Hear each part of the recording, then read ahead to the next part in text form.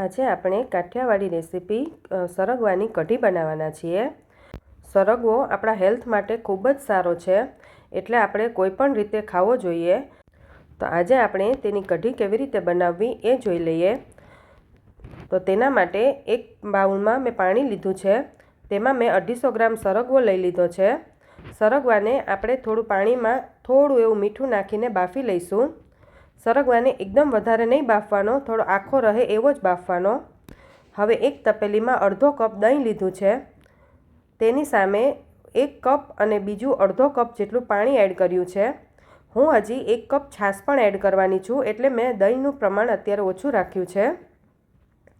પછી આપણે 2 ચમચી ચણાનો લોટ એડ કરીશું, તેમાં અડધી ચમચી જેટલી હળદર એડ કરી દઈએ।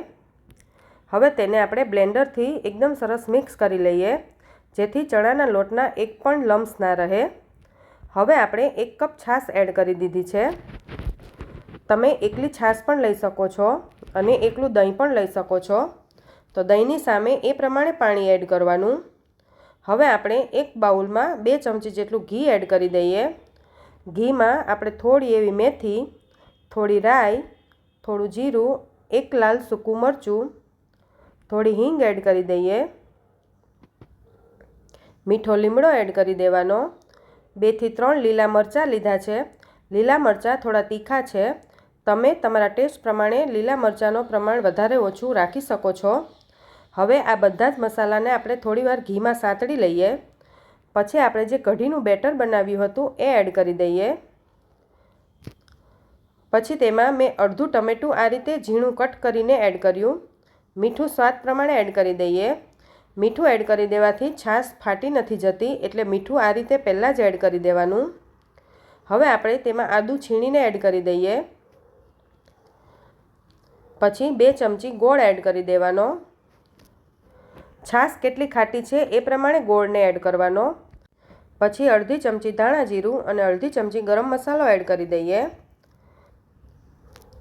છાશ તમારી ખાટી હોય એ પ્રમાણે તમારે તેમાં ગોળ એડ કરવાનો અને લીંબુ પણ તમે એડ કરી શકો છો। હું અહીંયા લાસ્ટમાં લીંબુ એડ કરવાની છું। હવે આપણે બાફેલો સરગવો એડ કરી દઈએ। અડધો લીંબુનો રસ એડ કરી દઈએ। થોડા લીલા ધાણા નાખી દેવાના। હવે આ કઢીને આપણે 2 થી 3 મિનિટ માટે ઉકળવા દઈએ। સરગવો હેલ્થ માટે ખૂબ જ સારો છે।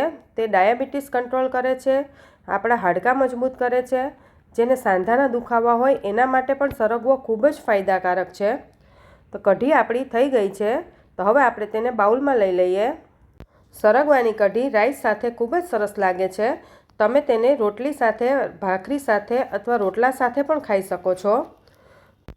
આટલી હેલ્ધી કઢી એકવાર તો બનાવવી જ જોઈએ, તો તમે પણ ઘરે જરૂરથી ટ્રાય કરજો।